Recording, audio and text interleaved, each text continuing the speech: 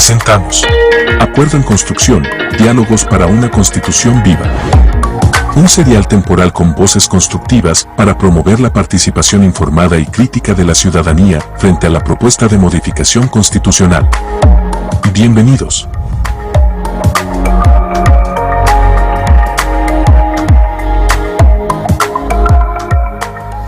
Muy buenos días, bienvenidos a Acuerdos en Construcción.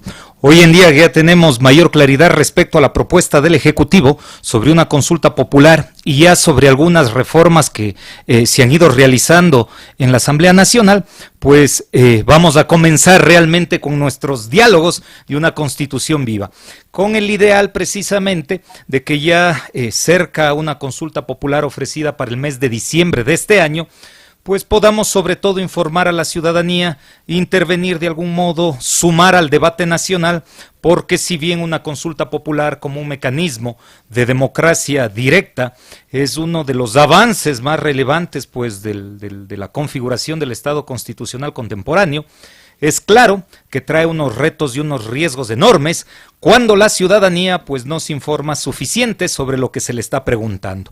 Y hoy por hoy pues el país vive en un momento en el que se tienen que tomar decisiones pues importantes porque lamentablemente somos víctimas de algunos fenómenos como el tema de la inseguridad. Por eso el día de hoy pues vamos a tratar sobre este tema, sobre ya la reforma que fue aprobada en la Asamblea Nacional, que está sujeta a un referéndum por parte de todos los ecuatorianos, sobre la posibilidad pues de establecer bases militares internacionales en territorio ecuatoriano, sea cediendo parte del territorio para que hagan la base militar o sea cediendo la base militar pues para que militares de otros países vengan acá dentro del marco de cooperación de un convenio internacional con esas naciones. Pues a dicho efecto, inicialmente les voy a presentar al invitado que tenemos el día de hoy, antes de darle paso pues, a Cristian, mi compañero, pues en este programa.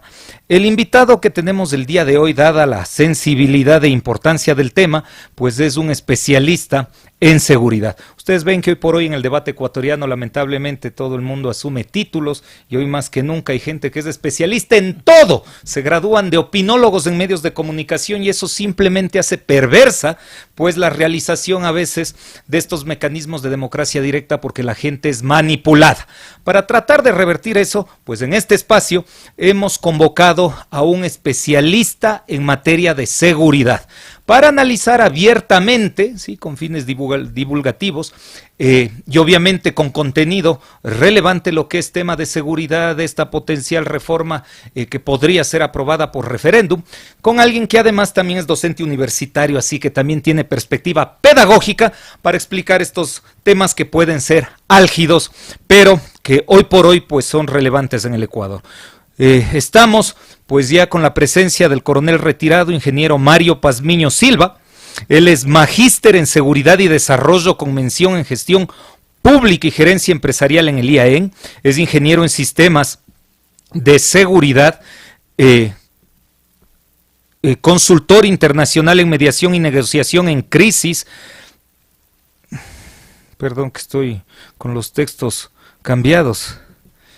En crisis del Tribunal Internacional de Conciliación y Arbitraje del Mercosur y consultor internacional en seguridad y defensa, graduado del Centro de Estudios de Defensa Hemisféricos, especializaciones que él tiene en geopolítica, inteligencia, contraterrorismo y crimen organizado transnacional, pues lo han hecho un gran asesor, por tanto es considerado también como un asesor internacional para América Latina y Europa del Security College US y miembro honorífico del Cuerpo de Oficiales de los Estados Unidos.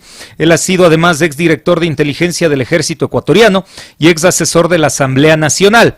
Adicionalmente y a la fecha es presidente nacional del Observatorio Ciudadano de la Seguridad Integral del Estado, es presidente del Observatorio Ciudadano de Control Electoral, es presidente del Centro de Análisis e Investigación Internacional, es representante por Ecuador del Grupo Americano de Pensamiento Estratégico, es presidente ejecutivo de la Red Internacional de Profesionales de Seguridad Capítulo Ecuador, es presidente del capítulo Ecuador CISEG, Comunidad de Inteligencia y Seguridad Global, es embajador ejecutivo para la República del Ecuador del Consejo de América para la Seguridad humana y es docente de posgrado en la Maestría de Seguridad de la Universidad Uniandes, docente de posgrado en la Universidad ESPE en la Facultad de Seguridad y es docente de la Universidad de Guayaquil en la Facultad de Jurisprudencia. Además es consultor internacional en temas de seguridad, defensa, inteligencia y geopolítica. Ha escrito varios libros, fue coautor de los libros Iran's Strategic Penetration of American Latina, las repercusiones del socialismo del siglo XXI en la región, los juegos del poder, espionaje y control de la información, democracia bajo ataque y Ecuador, ¿por qué estamos como estamos? Con ustedes el coronel retirado, ingeniero Mario Pazmiño, como ustedes escuchan, un notable consultor y especialista en materia de seguridad. Mi estimado Mario, muy buenos días, bienvenido a Acuerdo en Construcción. Muy buenos días, un cordial saludo para los televidentes de Radio Escucha, este prestigioso medio de comunicación. Gracias por la gentil invitación, es un honor.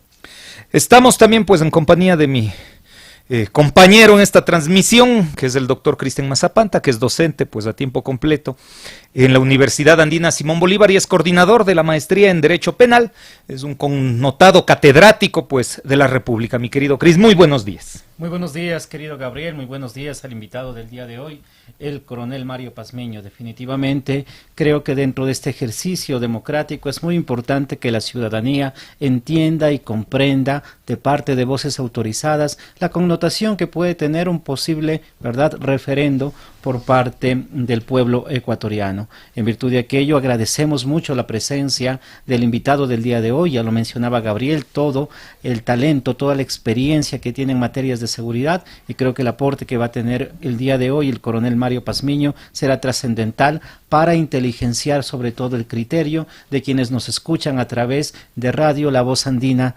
Internacional. Bienvenido, querido Mario. Muchísimas gracias, mi querido Cristian. Estimado Mario, empecemos de una vez. Tenemos ya una reforma constitucional en la que se eliminó pues la prohibición absoluta que se tenía respecto de instalar bases militares en territorio ecuatoriano. Ya habíamos tenido también una experiencia anterior, antes de que el expresidente Correa pues decidiese no renovar el acuerdo que teníamos con la base que se cedió al ejército estadounidense en Manta. ¿A usted qué le parece? ¿En verdad el contexto nacional a la fecha amerita para que se pueda celebrar acuerdos de cooperación internacional con ejércitos extranjeros y que a través de la implementación pues de bases de estos ejércitos en Ecuador podamos solucionar en algo los problemas de seguridad del país? ¿Cómo comprendemos esto? ¿Es positivo? ¿Qué riesgos tenemos? ¿Qué le parece, mi estimado Mario? Muchísimas gracias por la pregunta. Me permite desarrollar un poco el contexto del tema. Primero, creo yo que la situación que vive el país es sumamente delicada, especialmente estos 2 años siguientes, hasta el 2027, la situación va a ser sumamente crítica. Y esto obedece a varios factores. Uno, indudablemente, la cantidad de droga que transita por nuestro país. A ese punto también es necesario manifestar otro antecedente que me parece sumamente importante. 2 días atrás, escribí un artículo que está publicado internacionalmente sobre el efecto de la presencia militar estadounidense en el corredor del Caribe. ¿Qué sucede? Al margen de la posición del presidente Trump con relación a un bloqueo hacia Venezuela, digo al margen de esa situación, ¿qué repercusiones trae esto para nuestro país? Son repercusiones sumamente graves porque, si bien es cierto, se tapona el corredor del Caribe que conectaba hacia Centroamérica, hacia la Florida y también hacia Europa, toda la droga que salía por ahí de Colombia y Venezuela acaba de ser taponada. Y esto implica que básicamente cualquier traslado de droga va a ser mucho más difícil y más comprometido, más peligroso. Eso por un lado. Pero, ¿qué pasa en el crimen organizado? El crimen organizado inmediatamente no es que se queda ahí, dice, nos taponaron ese corredor y ya estamos complicados. No. El crimen organizado lo que hace es modificar, trasladar gran parte de este componente hacia otros corredores, América Latina tiene 4 corredores. El uno es el del Caribe, el que está al momento en este proceso de taponamiento. 2 corredores más, el corredor del Pacífico y el corredor amazónico, que atraviesan territorio ecuatoriano y que lo voy a explicar posteriormente. Y el otro es el corredor andino, que sale desde parte de Perú y Bolivia y se dirige hacia el sur del continente, específicamente para Paraguay y Argentina, y en Argentina en Rosario, que es el otro centro de acopio regional. Pero, ¿qué pasa en nuestro país? Lo que pasa en nuestro país, indudablemente, es que va a haber un incremento de traslado de esa droga hacia territorio ecuatoriano. Y va a salir por los diferentes puertos ecuatorianos, porque tenemos una frontera altamente permeable. La pregunta aquí que debemos hacernos es, si ya tenemos 950 toneladas que ingresan por territorio ecuatoriano y salen por los puertos ecuatorianos, ¿cuánto más podemos soportar estos 2 corredores? Pues posiblemente vamos a duplicar la capacidad de traslado de droga hacia puertos nacionales. 3 días atrás ya estamos viendo los primeros efectos. En la zona de Manta, del litoral ecuatoriano, acaban de capturar a 10 o 12 personas, si no estoy mal, con 10 toneladas de cocaína. Ya no estamos hablando de capturas de kilos de 1 tonelada, no. Hablamos ya de 10 toneladas y ese tipo de cantidades es lo que se mueve. ¿Por qué? Porque nuestros puertos son altamente vulnerables, porque no tenemos un sistema que permita la detección oportuna de, embarcaciones, lanchas rápidas que salen desde los diferentes puertos ecuatorianos en dirección a alta mar, a poder abastecer a buques nodriza, o también el otro elemento es que no tenemos un control eficiente porque no tenemos buenos radares para la penetración del espacio aéreo ecuatoriano y la cantidad de pistas clandestinas que existen en nuestro país. Con este rápido esquema, para tener una idea nada más, la situación del país se ha visto catastróficamente afectada. Yo digo catastróficamente afectada porque hemos visto cómo ha ido incrementándose los niveles de violencia e inseguridad. Las muertes violentas en este último trimestre, casi la mitad del año, pues superan potencialmente lo que habían en épocas anteriores. Al momento, estimamos que posiblemente el país termine con un récord nunca antes visto, cerca de 9,000 personas fallecidas por actos de violencia, lo que lo pondría dentro de uno de los países más violentos de América Latina. Pero el problema central acá es, ¿tenemos nosotros la capacidad para hacer frente al crimen organizado, combatir al crimen organizado eficientemente? ¿Tenemos la capacidad tecnológica o solo tenemos la buena intención? Yo creo que tenemos solo la buena intención, no las capacidades ni económicas, ni tecnológicas, ni de personal para poder hacer frente al crimen organizado. Y ahí entra la pregunta. Por eso es que el presidente de la República está utilizando esta estrategia constitucional de la consulta popular para poder, consultarle al pueblo ecuatoriano si es que quiere o no quiere que esas bases militares o esa base militar se pueda instalar en territorio ecuatoriano. Esa es la intención del presidente de la República, indudablemente. Porque al momento la situación que va a vivir el país se le va a complicar mucho más de lo que ya tenemos al momento, por este factor que acabo de mencionar. Bajo ese criterio, pienso yo que el presidente de la República está tomando ciertas acciones previsivas para evitar que esto se salga más de control de lo que ya se ha salido y se pueda poner algunos taponamientos. Por lo tanto, la cooperación internacional es vital para el país y dentro de esa cooperación internacional, la colocación de una base militar, podría ser una alternativa de solución, pero como bien sabemos, tendría que hacerse varios procedimientos. El uno que está en camino, que es una vez que el Consejo Nacional Electoral determine la fecha, proceder inmediatamente a esta consulta popular y que el pueblo se defina, el pueblo se pronuncie y de esa manera pues tener una idea mucho más clara de lo que queremos como ecuatorianos. Ahora, hay que recordar una cosa importante. Permíteme solo este punto que me parece interesante. Sí.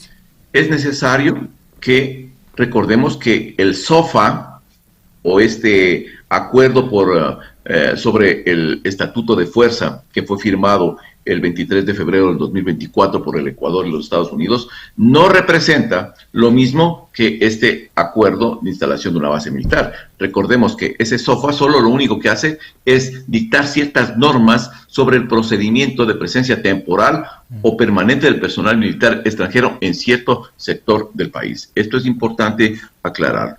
Pero una cosa es lo que estamos viviendo en el escenario nacional y otra muy diferente, y por eso digo que es buenas intenciones del gobierno nada más, porque otra cosa completamente diferente es el escenario internacional, donde el actor que posiblemente venga a colocar una base militar en territorio ecuatoriano tiene que pasar un sinnúmero de procedimientos legales, constitucionales, de presupuestos y un sinnúmero de procesos, y esto también deberían de comenzar a analizarlo. Porque no solo es la buena intención de decir, sí, necesito una base militar, voy a arreglar con esto el problema. Lo que vamos a hacer es controlar.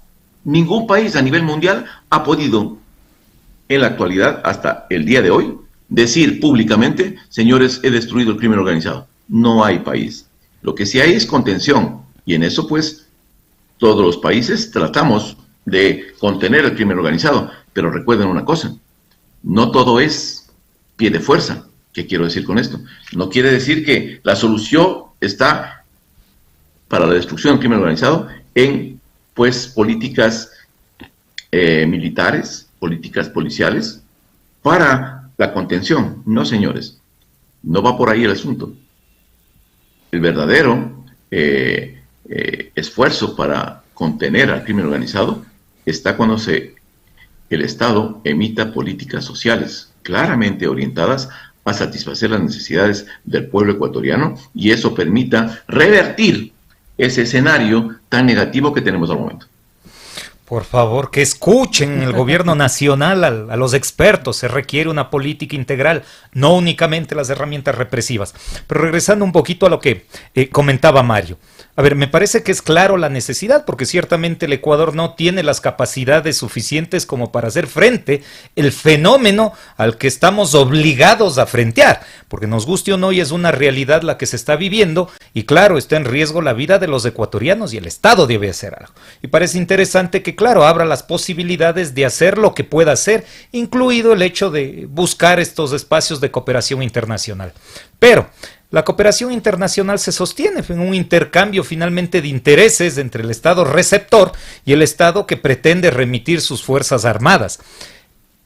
¿Cuáles serían los principales socios estratégicos? Quizá en el planteamiento de buscar ejércitos de afuera sigue siendo Estados Unidos. ¿Será que hay intereses también que quedarán satisfechos con la presencia del ejército de Estados Unidos en Ecuador? Porque si ellos mismos están cerrando tal vez las vías por Centroamérica y están facilitando las vías en las que podría haberse afectado el Ecuador, ¿les es también a ellos rentable cerrar acá? Tendrán que duplicar costos y esfuerzos. ¿Qué ganaría el Estado que nos mande sus fuerzas militares? ¿Cuáles son los retos y los riesgos? Porque creo que finalmente el pueblo ecuatoriano está decidido a poner el hombro en todo aquello que se necesite para hacer frente a los problemas de inseguridad. Pero parte del consentimiento informado es tener claro cuál es el riesgo. No vaya a ser que el remedio venga más fuerte o peor que la enfermedad, o que el costo sea superior al beneficio. ¿Cuáles son los riesgos o retos de tener un ejército extranjero en territorio ecuatoriano si es que hiciésemos bien todo el proceso? Como ya mencionó, no es cuestión de solo que vengan, se asienten y ya está. Pero aún haciendo todo bien, ¿qué podría salir mal de tener un ejército extranjero aquí, o no hay mayores riesgos? Sí existen riesgos, indudablemente, porque la legislación norteamericana tiene otro tipo de regulaciones. Por ejemplo, los soldados norteamericanos no pueden ser juzgados por las leyes ecuatorianas, tienen que ser juzgados bajo las leyes norteamericanas, no pueden ser juzgados en ese país, sino en los Estados Unidos, por citar una nada más. el segundo elemento que me parece interesante es que al alinearnos con una posición norteamericana, que me parece que es la correcta, indudablemente, pero al alinearnos también llevamos una carga encima, porque nos consideran o nos considerarían aliados, y como aliados tenemos también los enemigos que eran del bando norteamericano. Por lo tanto, carteles internacionales o grupos de terrorismo internacional van a ver a ese país aliado como una o como un objetivo rentable para cualquiera de sus acciones. Pero aquí hay un punto de análisis interesante que no estamos visualizando. Pongamos, como tú bien lo dices, que todo sale perfecto. Y quisiera casi después, si me permiten, explicarles detalladamente cuáles son los pasos dentro de la regulación norteamericana, para que sí, tengan por favor, una idea sí, que no es tan sencillo. Por favor, sí. Pero antes de eso, permítame solo aclarar un punto. Estados Unidos se mueve por intereses. ¿Cuál es el interés al momento? El interés al momento es controlar los flujos que están afectando a la población norteamericana y también creando, porque nadie habla de esto, creando al interior carteles al interior de los Estados Unidos que se encargan de la redistribución de la droga. Entonces, lo que quieren es taponar eso y controlar. Y por lo tanto, han abierto ya varias líneas de acción. Una de ellas es, pues, declarar como grupos terroristas a todas las organizaciones de crimen organizado que estén vinculadas con el tráfico de cocaína, fentanilo o cualquier tipo de droga. Eso por un lado. Pero por otro lado, el interés, yo diría, prioritario, el que sale a la luz pública, es indudablemente decirle a la comunidad internacional: estoy preocupado con el tema del narcotráfico y voy a poner todo mi esfuerzo allá. Eso pega bien. Pero ¿cuál es el verdadero interés de los Estados Unidos en tener una base militar en territorio ecuatoriano? De ser así y de aprobarlo, por supuesto. Pues el verdadero interés es el acercarse un poco más al puerto de Chancay, que está siendo controlado por China, y es un punto de penetración indiscutible de China en América Latina. Es un punto de entrada que no tiene control. Por lo tanto, el aproximar una fuerza expedicionaria como una pequeña base hacia cerca del puerto de Chancay en Perú es importante para mantener un control mucho más cerca en un área de interés de los Estados Unidos sobre América Latina y sobre esa presencia de esta potencia extracontinental en su patio trasero. Ahí están los escenarios y es cómo se mueve geopolíticamente Estados Unidos. No vean siempre lo que está apareciendo en las pantallas. ¿Qué aparece en la pantalla?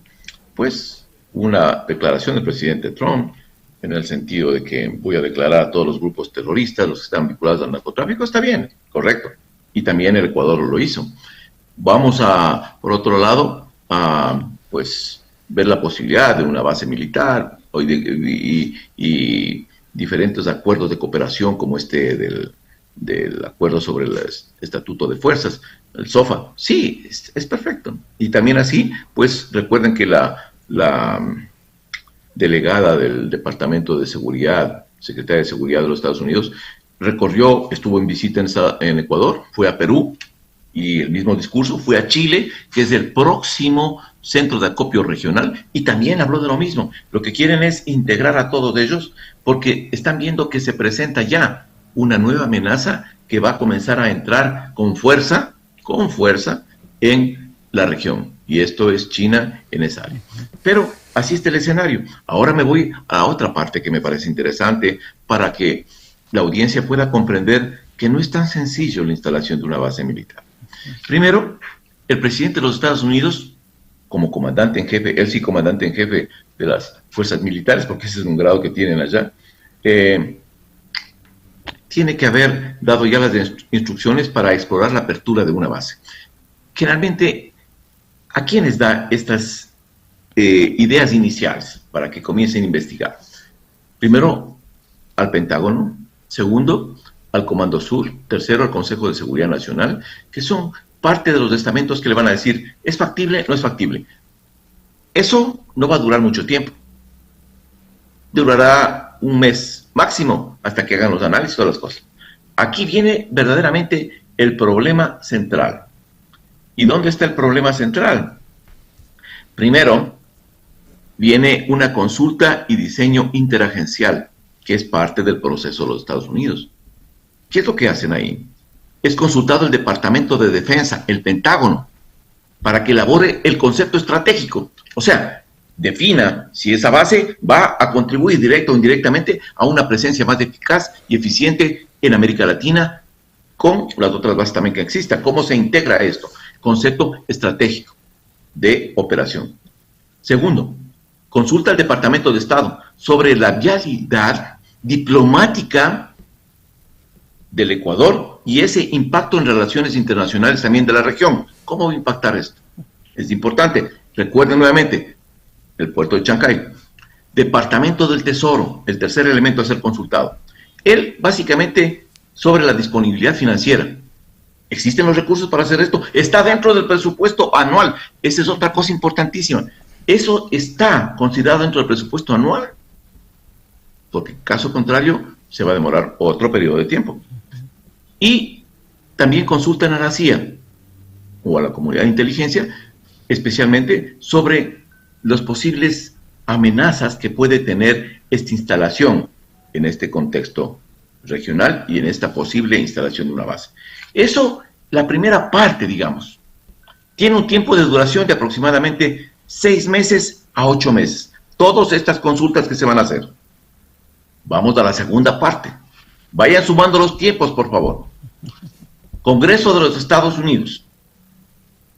El Congreso tiene un rol sumamente clave porque si es que no aprueba el Congreso, todas las intenciones se caen.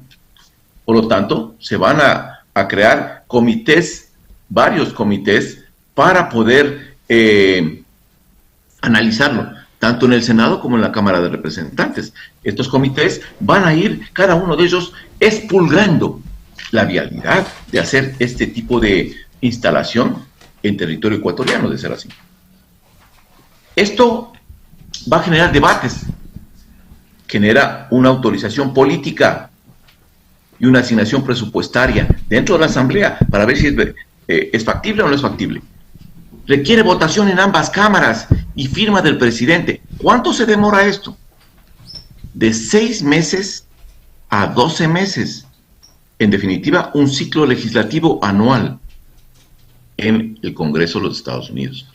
Vamos al siguiente punto. Sumen 6 meses y 12 meses. Vamos a la asignación de presupuesto. En la asignación de presupuesto, pues como lo había indicado el Departamento del Tesoro, ellos van a definir primero si es una adecuación, si me van a prestar una base, tengo que construir una base, ¿qué voy a hacer? En base a eso, se tiene que establecer el presupuesto. Despliegue inicial de personal y equipo con los recursos necesarios, contratos con empresas constructoras nacionales o internacionales para poder hacer esto. Esto se demora aproximadamente en la construcción y todas esas cuestiones, la planificación, licitación y desembolsos, de 1 a 2 años. Sigan sumando. Negociación con los del Ecuador. Una vez que ya tienen aprobado todas estas cosas, entra una negociación con el Estado ecuatoriano. Ahí sí no hay mayor cosa, porque el Departamento de Estado inicia conversaciones formales con la Cancillería ecuatoriana. La Cancillería ecuatoriana, ¿qué le va a decir? Sí, señores, estamos solo dispuestos a que ustedes nos digan sí, y ya nosotros tenemos un referéndum que salió positivo y dice que los ecuatorianos estamos listos para que instalen una base o ocupen una base militar, etcétera. Ahí se plantea básicamente un acuerdo, una vez que exista ya este asidero con la Cancillería. El acuerdo puede ser un estatuto tipo SOFA modificado o un acuerdo de acceso a bases que regulen ya la misma. Entonces aquí vienen a establecerse misiones permitidas que tendría ese personal en esa base. Régimen de jurisdicción. ¿Qué jurisdicción tiene? Tiempo de permanencia. Compensaciones a Ecuador. Generalmente En las compensaciones, casi la mayoría de equipos de ayuda militar y cooperación económica se quedan con Ecuador en el caso de que tengamos ya un espacio de tiempo y se termine este acuerdo. El acuerdo pasa por la Corte Constitucional ecuatoriana, porque tiene que ser así, señores. Y la ratificación por la Asamblea, según el artículo 419 de la Constitución, establece claramente esto, que antes de hacer todas esas cosas, tenemos que nuevamente consultar a la Corte Constitucional. Tiempo, 6 a 12 meses de negociación, diplomacia y la parte jurídica. La implementación, señores. La implementación, o sea, ya vienen a construir la base, si es que es así el caso.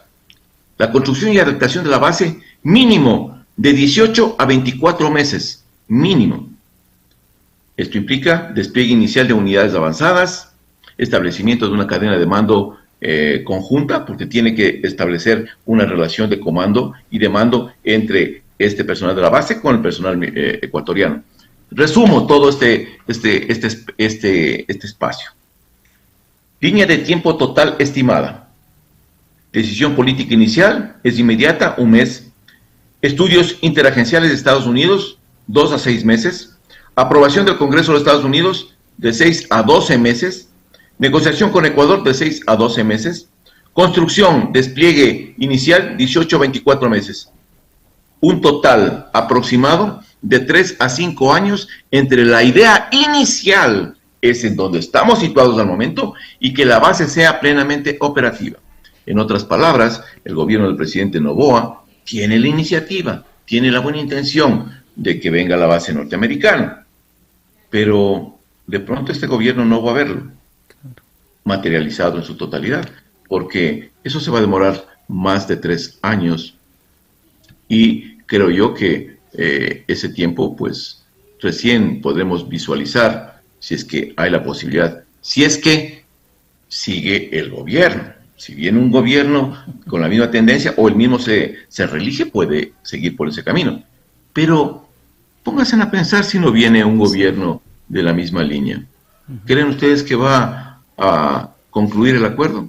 No, señores. Son algunas interrogantes que me permito dejarles para su análisis. Muy interesante, estimado Mario, todo lo que nos comentas. Definitivamente, y además a la ciudadanía le queda bastante claro, ¿no?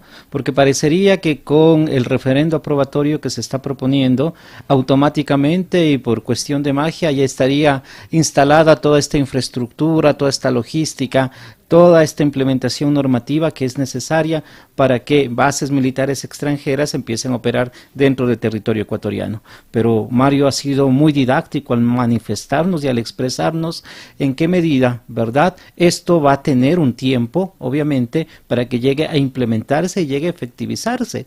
Es muy importante tomar en cuenta esta realidad que efectivamente Mario pues lo ha señalado de manera muy oportuna. Estimado Mario, la pregunta que se formularía en el mes de diciembre a la ciudadanía ecuatoriana estaría enmarcada en algo que ha generado un debate permanente. Y creo que más allá de la pregunta, porque sabemos lo que está afrontando en cuestiones de inseguridad del Estado ecuatoriano, creo que existe una palabra que es trascendental y que ha generado polémica. Y esa palabra es ceder bases militares ceder a bases militares extranjeras justamente esta permanencia en territorio ecuatoriano. Y a partir de ello se genera un debate que no es de ahora, que ha tenido varios años, y es esta tensión, por un lado entre la soberanía nacional y por otro lado entre la seguridad. Es cierto que al permitir que se instalen bases militares extranjeras en territorio ecuatoriano, se cede la soberanía del Estado ecuatoriano. ¿Cuáles serían los límites? Quizá, o estamos malentendiendo esta cesión en términos mucho más técnicos, diríamos, estimado Mario. A ver, yo creo que no hay afectación a la soberanía nacional porque el facilitarle por parte de Ecuador, ¿qué es lo que va a hacer Ecuador? Vamos a la parte concreta. Ecuador no es que le va a decir, señores, ¿saben qué? Les entrego este espacio territorial a ustedes para que ahí hagan lo que ustedes quieran. No. ¿Qué es lo que va a hacer Ecuador? Lo que va a hacer Ecuador va a colocar a esta posible base militar dentro de una base nacional, dentro de una base ecuatoriana. Por lo tanto, ahí se van a cuidar de que esa base esté bajo el control directo de la base. Similar a lo que pasó con el FOL de Manta. El FOL tenía una estructura, sí, unas edificaciones, sí, es verdad. Yo les digo porque yo conocí, estuve allá y visité esa.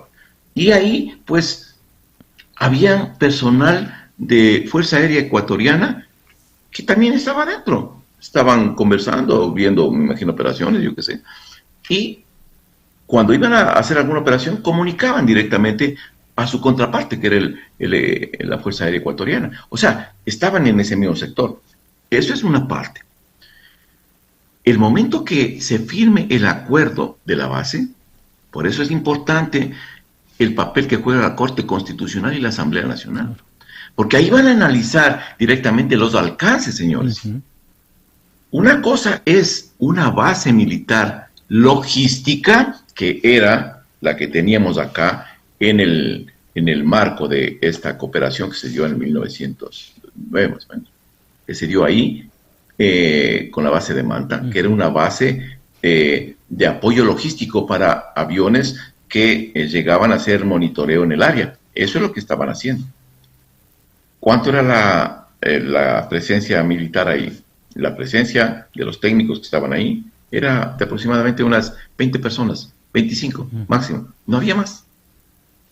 Por lo tanto, esa no es una base militar, es solo un contingente, un destacamento logístico.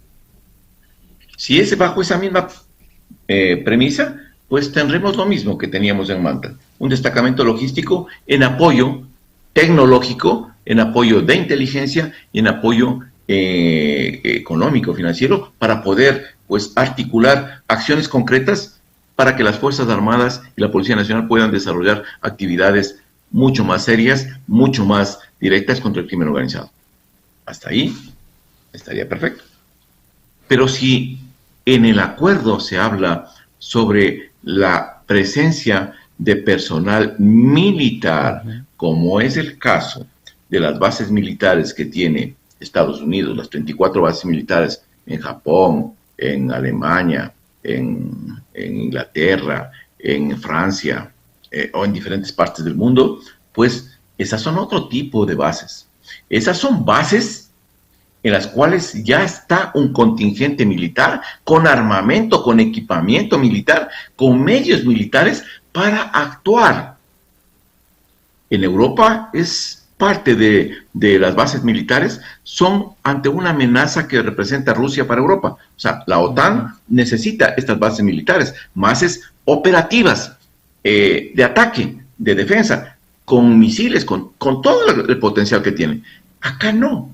Acá lo que necesitan es básicamente una base que les permita tener buen sistema de radares para tener una vigilancia permanente sobre el espacio marítimo y el espacio aéreo para evitar la penetración permanente de aeronaves y que hagan esto como una fiesta con pistas de aterrizaje por todo lado. El segundo elemento es que este tipo de infraestructura le permita también al país contar con inteligencia oportuna, asesoría también, y pues dar o también recibir equipamiento de parte de los Estados Unidos. En definitiva, la primera opción, creo yo, que es la que está buscando el presidente de la República, creo yo, digo, porque hacia allá apuntan el tema. No se ha hablado nunca de una presencia militar de fuerza, o sea, batallones, brigada, una división operativa, no, porque no necesitan. Lo que necesitan acá es otro tipo de ayuda. Inteligencia, tecnología, recursos económicos y capacitación. Yo creo que ahí podemos tener una diferencia. Por eso es crucial cómo se va a firmar ese acuerdo. De firmarse, por supuesto, ¿no? Luego tantos procesos que tienen que haber. ¿Cómo va a firmarse? Por eso es necesario que todo exista un contrapeso. En todo tiene que haber un contrapeso. No solo el Estado macro tiene que decir, así se hacen las cosas. No, señor, así no es así. No funciona así. Por eso hay diferentes poderes en el Estado. Un contrapeso que tiene que analizar la parte jurídica, la parte constitucional, la parte se me fue el nombre, del Consejo, bueno, es la parte jurídica, es la que tiene verdaderamente la Corte Constitucional, perdón, tiene que verdaderamente analizar los pros y los contras y decir, ¿esto conviene o no conviene al Estado ecuatoriano? Y creo que ahí, pues, todos podemos sacar un beneficio mucho más directo para la estabilidad de nuestro país. Muy interesante, estimado Mario. Definitivamente dependerá mucho, en caso de ser aprobado obviamente el referendo, del acuerdo posterior con que llegue justamente a negociar el Estado ecuatoriano y obviamente las condiciones que el otro país, obviamente si es que es Estados Unidos, pues le señalen o negocien con nuestro gobierno. Estimado Mario, de igual manera, como bien destacas tú, si bien es cierto dentro de esta aplicación de bases militares en el ámbito, se puede decir, latinoamericano y más aún en el ámbito ecuatoriano, se aproximaría más a esta suerte de departamentos logísticos de apoyo en el ámbito del combate al narcotráfico. Creo que en el imaginario del ciudadano ecuatoriano, cuando hablamos de bases militares, ¿verdad?, está muy cercana a la idea de la base de Manta. Y existen opiniones, o existe por lo menos cierto temor de la ciudadanía o de parte de la ciudadanía al manifestar algo que tú mencionaste que me parece muy interesante, y es este proceso que el crimen organizado, que la delincuencia tiene de ir migrando obviamente hacia otros sectores. Ya lo mencionabas con este taponamiento respecto a la incidencia que puede tener en el Caribe y cómo esto ha generado una afectación, ¿verdad?, real con relación hacia el Estado ecuatoriano. Pero también la ciudadanía en su imaginario a veces tiene una duda o un temor y dice, bueno, se va a instalar una base de Manta 1.1, por llamarlo simplemente a manera de ejemplo. Y a partir de ello, en Manta va a haber menos delincuencia, va a haber menos inseguridad, pero eso puede traer una consecuencia. Estoy hablando respecto a este imaginario que algunas personas tienen, de que esta delincuencia se va a trasladar o se va a migrar hacia otras provincias o hacia otros sectores, lo cual obviamente en muchos casos está generando un temor ciudadano de decir, oh, yo lo pienso bien porque quizá pongan la base en Manta, todos los problemas que están en Manta pueden ser trasladados, solo por citar un ejemplo, qué sé yo, a Carchi, a Loja, a Imbabura, a Cotopaxi, etcétera, etcétera. ¿Es cierto? ¿Podría darse ese efecto? ¿Cuál es tu criterio, estimado Mario? Yo creo que ese efecto se está dando ya antes de que se instale la base de Manta. Gran parte de lo que hemos visto al momento por parte del Estado ecuatoriano y de las fuerzas de seguridad han iniciado desde un tiempo atrás varias operaciones exitosas, indudablemente, contra el crimen organizado. Han golpeado fuerte, han capturado cabecillas, han desmantelado estructuras, han consolidado santuarios que anteriormente estaban en control de estas organizaciones, han recuperado algunos de ellos, y pues esa presión permanente que se ha dado sobre estas organizaciones delictivas ha generado una migración delictiva de la costa hacia la sierra. ¿Y por qué la sierra? ¿Y por qué Pichincha, por ejemplo, que es uno de los más afectados? ¿Por qué Pichincha? Porque primero la cantidad de población que existe en Pichincha, que es casi un poquito menos que la de Guayaquil, indudablemente, pero ahí se presenta un aspecto interesante. Eso le permite mimetizarse a la delincuencia más rápidamente. Otro aspecto es que la población de la serranía es más ingenua que la población costera. En la costa la chispa es mucho más rápida y la gente pues está al son de la actividad delictiva porque está viviendo permanentemente.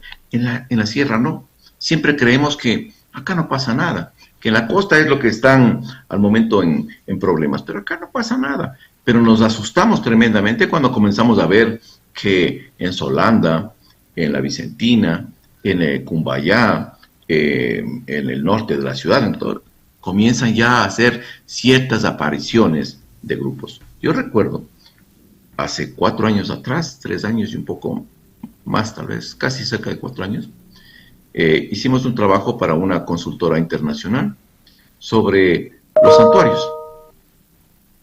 Y recuerdo que en ese tiempo habían en el país cerca de 19 santuarios, regados en diferentes ciudades. La mayoría de ellos estaban ubicados en el litoral ecuatoriano.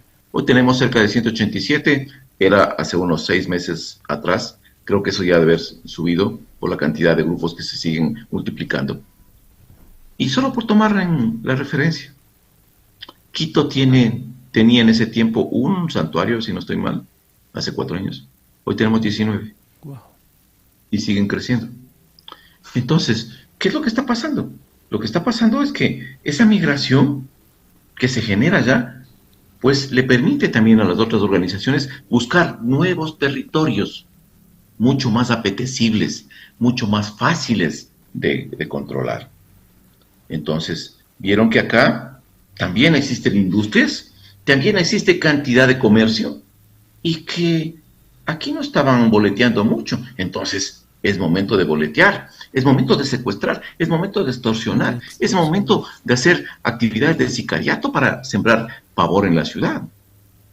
Esas cosas, pues, son un proceso de migración delictiva desde el litoral hacia la serranía ecuatoriana. Y vemos la situación, vean ustedes lo que está pasando al momento, por ejemplo, en Cotopaxi, lo que está pasando al momento en Chimborazo, lo que está pasando en Imbabura. Zonas, provincias que no tenían mayor incidencia, pero que al momento está cambiando el escenario. Una cosa que me estoy olvidando y que no quiero dejarlo pasar. ¿Por qué Quito cambia con yo diría, esta nueva modalidad de migración delictiva? Porque para mala suerte de los quiteños y los nacidos en la provincia de Pichincha, Quito se encuentra en el Triángulo Dorado o en el Triángulo de la Cocaína, que comprende los siguientes vértices para que vayan reflejándole mentalmente. El puerto de Tumaco en Colombia, justo cerca de San Lorenzo. Puerto Asís en la provincia de Sucumbíos, frontera más arribita de la frontera con la provincia de Sucumbíos. Y esos 2 puntos y un punto central, Quito. Por ahí atraviesan los 2 corredores que habíamos hecho mención anteriormente, al inicio. El corredor del Pacífico, que atraviesa todo el litoral ecuatoriano y que conecta todos los puertos ecuatorianos, que los puertos ecuatorianos también son un problema de seguridad tremendo. Y el otro es el corredor amazónico o oriental, que viene desde el eje cafetero, atraviesa Mocoa, Puerto Asís, este punto, e ingresa al territorio ecuatoriano. Y va hacia una ciudad bisagra. Una ciudad bisagra que es la ciudad de Baños, de donde se redistribuye hacia el resto del país, hacia los diferentes plataformas internacionales. Entonces, lo que estamos viendo es que este tipo de características, este tipo de elementos que tiene esta área geográfica, pues potencializan más aún esta presencia. Eso con relación al narcotráfico. Con relación a lo que es minería ilegal, pues señores, lo que tenemos acá es importante. Gran parte de Imbabura, Buenos Aires, en la parte de Alto Punino, en la Amazonía, en el sector, en el límite provincial entre Guayas del Oro y Cañar, tenemos ahí Ponce Enrique, y puedo seguir citando un sinnúmero de zonas. En Esmeraldas hay cantidad de áreas de minería ilegal. Estos también atraen a diferentes organizaciones delictivas que ya no están en Colombia operando, están operando en territorio ecuatoriano, y desde aquí comienzan a sacar cantidades de kilos de oro hacia el exterior.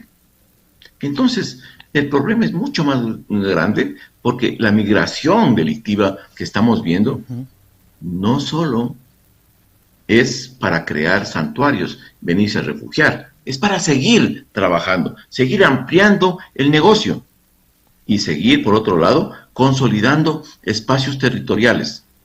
una vez que se consolida un espacio territorial, es sumamente difícil que el Estado nuevamente trate de reconquistarlo. Lo puede hacer, pero le va a costar mucho más tiempo, recursos y también vidas. Muy interesante, estimado Mario.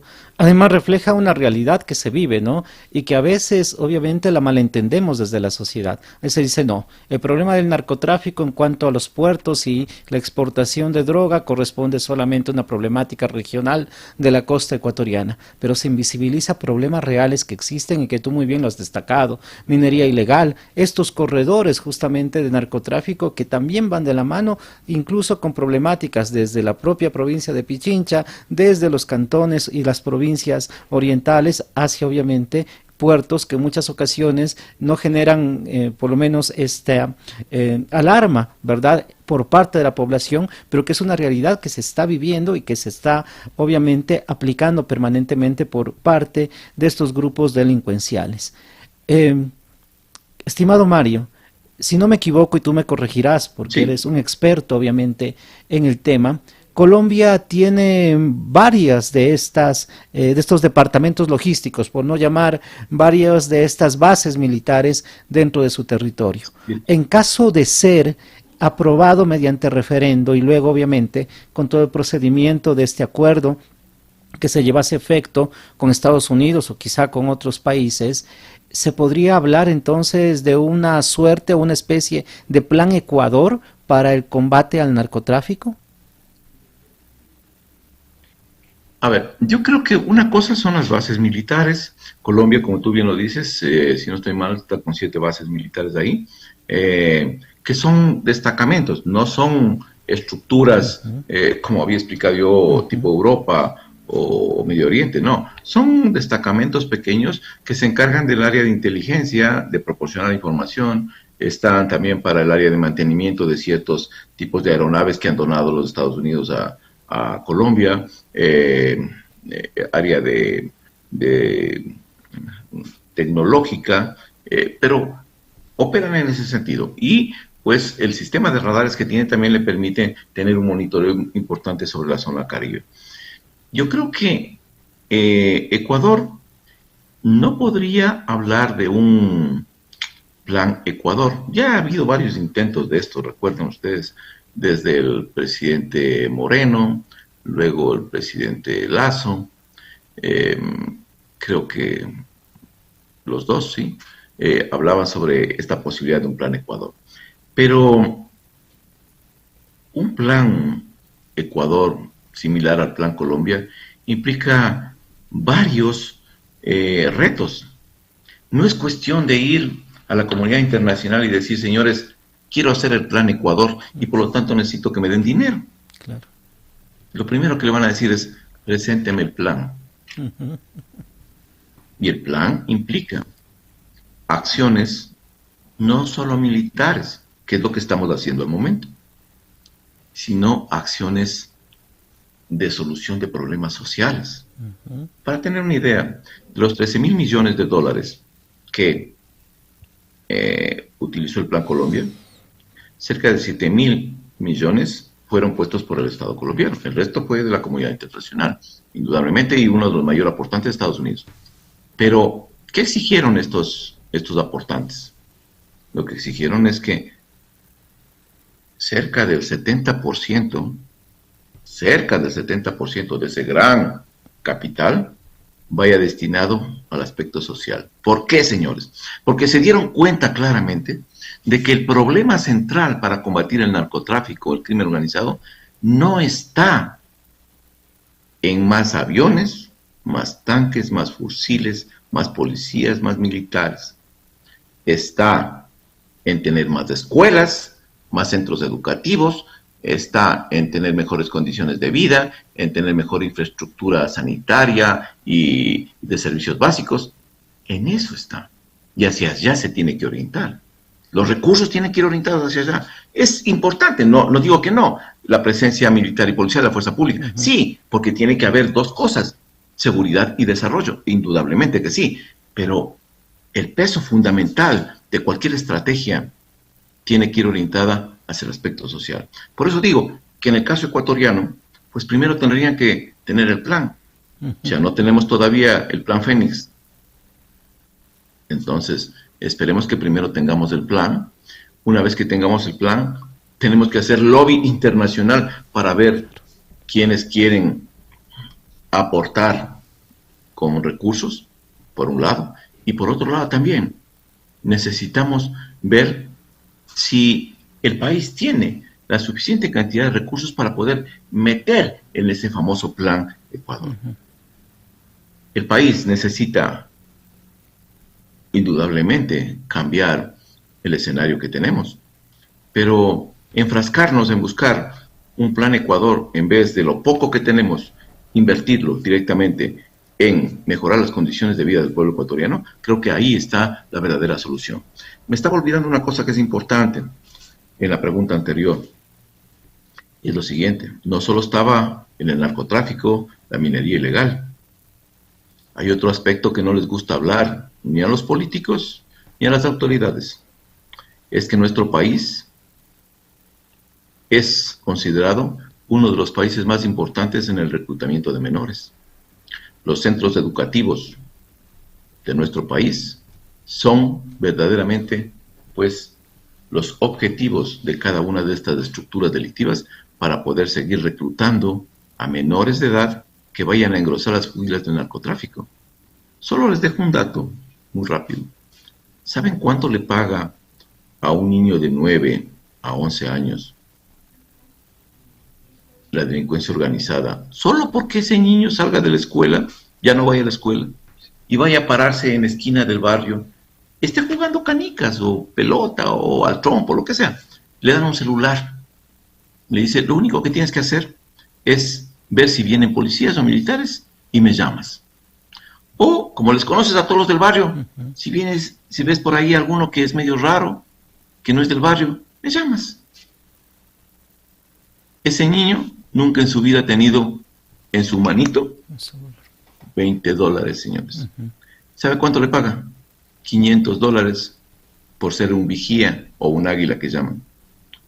Por eso es que las familias le dicen el papá o la mamá: ¿para qué te vas a ir a la escuela, pues? Si acá te dan $500, yo te doy los 20 para que sigas jugando y dame los otros para yo poder subsistir como familia. Entonces hay una corresponsabilidad entre la familia, los centros educativos y también la sociedad. Eso hay que cambiar. Efectivamente, estimado Mario, la realidad social, por dura que suene, es eso, ¿no? Es la realidad que tú señalas perfectamente. En un país con pocos incentivos, definitivamente con una grave situación de pobreza, podemos encontrarnos que, por supuesto, los menores se convierten en sujetos apetecibles por parte del crimen organizado, y esta corresponsabilidad que también obviamente el Estado a veces no observa o no quiere observar con relación justamente a este problema que está sucediendo en el ámbito de nuestros niños, niñas y adolescentes por parte de la delincuencia organizada. Como tú bien mencionabas, creo que la simple aprobación de la pregunta pues no genera a priori una solución inmediata. No es que aprobamos y el día de mañana vamos a tener una base militar y se acabó el problema del narcotráfico, de la minería, del reclutamiento de menores. Creo que es muy importante verlo desde una perspectiva integral, en donde por supuesto el Estado ecuatoriano va a tener un compromiso y una tarea fuerte, porque deberá trabajar conjuntamente si se llegan a dar justamente estos acuerdos de cooperación, en donde nuestras instituciones, la propia Corte Constitucional, cuando haga ese control de constitucionalidad con relación al acuerdo que se firmase, pues también deberá actuar de manera célere en aras justamente de lograr obviamente un objetivo de combate a la delincuencia, a la inseguridad, y también la Asamblea Nacional, cuando tenga en sus manos, a través o conforme lo establece el artículo 419 la tarea de la Constitución, la tarea de la ratificación del acuerdo respectivo. Nos genera obviamente varias interrogantes, ¿no? Está por parte del Estado ecuatoriano, nuestro ejército, nuestra policía, nuestros jueces preparados justamente para asumir un reto tan grande. Pues realmente creo que Mario ha sido bastante enfático, ¿no? Hay que trabajar, hay que ir caminando justamente hacia lograr una visión completa e integral de combate a la delincuencia, de combate al crimen organizado, de lograr elementos que permitan una adecuada seguridad en aquel sentido. Mario, y tal vez con eso vamos cerrando esta entrevista que ha sido muy interesante y que realmente esperamos que las autoridades sobre todo puedan escucharla, puedan observarla, porque los elementos que Mario ha transmitido a lo largo de esta entrevista son altamente enriquecedores. Estimado Mario, podríamos esperar tal vez a través de un efecto persuasivo que con la posible aprobación de esta reforma, o en este caso, ¿verdad?, vía referendo por parte del pueblo ecuatoriano, lográsemos un efecto de persuasión, si no bien inmediato, pero por lo menos un efecto positivo en esta lucha contra la delincuencia y en contra de la inseguridad ciudadana. ¿Cuál es tu criterio? A ver, yo creo que si estamos pensando que el tema de la base de Manta o el tema de esta nueva base va a solucionar el problema de inseguridad del país, estamos completamente equivocados. Lo que va a hacer la base en sí es contribuir indirectamente para que se mejoren ciertos sistemas que no están operando al 100%. Pero solucionar el problema es sumamente difícil. ¿Por qué? Porque, señores, el crimen organizado muta, el crimen organizado se reacomoda. Claro. Nosotros, para hacer este tipo de enmienda constitucional o de reforma, perdón, una reforma constitucional, ¿qué es lo que estamos haciendo? Un proceso, ¿no es cierto? Y consultamos a uno, consultamos a otro, convocamos a un referéndum. O sea, es un proceso. El crimen organizado no hace procesos, señores. Lo único que hace es redirecciona. Veo una amenaza y no me voy a chocar contra esa amenaza. Me cambio para otro lado. Entonces, lo que no estamos viendo es lo siguiente, que cuando había la base de Manta anteriormente, no eran las mismas condiciones. No, señores, no eran las mismas condiciones que teníamos nosotros actualmente. Claro. En ese tiempo, estamos hablando entre el 2000, entre el 2009 más o menos aproximadamente, que ya se quitó esta situación, entre el 2000 y 2009, pues las condiciones, el país estaba recién en la segunda etapa de mutación. Pasaba de ser un país de tránsito a un país de acopio. Pero no tenía una proliferación de megabandas, ni microcarteles o carteles de primera generación. No tenía eso.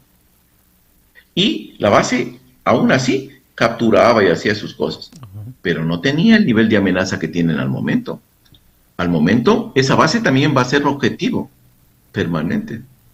¿O no recuerdan ustedes que a alguien se le ocurrió hacer fanfarria y decir, señores, vamos a instalar en el cerro de Montecristi, ahí en la puntita del cerro le vamos a poner un radar para que coja todos los aspectos de las embarcaciones?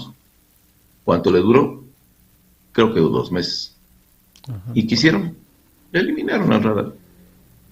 Entonces, las condiciones han cambiado. También para esa base. Por eso decía yo, recuerden ustedes, que la CIA y los departamentos de seguridad del Estado, cuando el presidente de la República norteamericano dice, vean las amenazas que podemos tener, van a tener un análisis mucho más real de lo que, no, real, actual, mucho más actual, perdón, no real, mucho más actual de lo que tenía la base de Manta, que la base de Manta no tenía mayor problema con las amenazas. Ahora sí hay un problema mucho más grave. Entonces, las condiciones cambian y lo que ustedes dicen es correcto. Esto no es de un día para otro día. De pronto este gobierno ni logra ver la culminación de su idea de colocar una base militar por los tiempos. Y nadie sabe, tampoco, nadie es pitonizo en esto para decir, ¿saben qué, señores? Pues el próximo gobierno también va a ser de derecha o de centro o de izquierda. Nadie puede decir eso. Pero depende también del otro gobierno, que piense sobre esta decisión? ¿Lo tramita? ¿Lo tiene ahí? ¿Cómo lo va a hacer? O sea, hay diferentes aspectos que tenemos que ir analizando y yo creo que el pueblo ecuatoriano tiene una responsabilidad histórica. Es verdad que tenemos un problema, es verdad que necesitamos apoyo internacional, pero es verdad también, señores, que cualquier acuerdo tiene que ser analizado con patriotismo, no con el corazón. Así es, estimado Mario, y además con elementos técnicos. Es por eso que se torna tan importante que especialistas como tú, por ejemplo, den sus pensamientos, su conocimiento hacia la opinión pública y hacia la ciudadanía, porque es trascendental. Queridos radioescuchas, queridos seguidores a través de las redes sociales de Radio La Voz Andina Internacional, la Corte Constitucional del Ecuador, mediante un dictamen que fue el 5-24-RC/25 de este año, emitió justamente el dictamen mediante el cual estableció el procedimiento por el cual podría modificarse la Constitución vía reforma parcial. Producto de aquello, la Asamblea Nacional, de igual manera, ha aprobado que se continúe con la tramitación respectiva en el ámbito de esta reforma parcial a la Constitución en su artículo 5. Ahora le corresponde al pueblo ecuatoriano, bajo el contexto democrático, determinar en un referendo si es que está de acuerdo o no con la reforma a la Constitución. En virtud de aquello, creo que es una obligación de todos y todas tener un compromiso, como lo dice Mario, un compromiso cívico con nuestro país, con nuestros hijos, con nuestros padres, con nuestras familias, con nuestros vecinos, ¿verdad? Para lograr justamente combatir este monstruo tan grande que es la inseguridad ciudadana y más aún obviamente el crimen organizado. Nosotros queremos agradecer mucho al ex coronel Mario Pazmiño, un especialista en el ámbito de la seguridad. Esperamos que estas voces que acaba de transmitirnos nuestro invitado calen hondo y lleguen no solamente a la ciudadanía, sino también a los órganos y autoridades técnicas para que puedan ir implementando permanentemente medidas de seguridad que realmente vayan en beneficio de todas y todos los ecuatorianos. Estimado Mario, a nombre de Gabriel, que tuvo que ausentarse debido a una situación de fuerza mayor, y también a mi nombre y a nombre obviamente de nuestra querida Universidad Andina Simón Bolívar, te agradecemos mucho por tus valiosos aportes y conocimientos brindados en este espacio, y a los radioescuchas y a quienes nos siguen a través de nuestras redes sociales. De igual manera queremos agradecerles e invitarles a construir permanentemente acuerdos en democracia. Muchas gracias, estimado Mario. Muchísimas gracias a ustedes por la invitación. Un buen día. Gracias, Mario.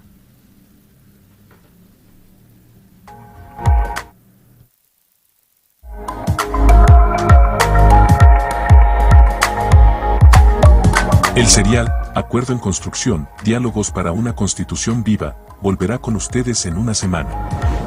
Gracias por su seguimiento.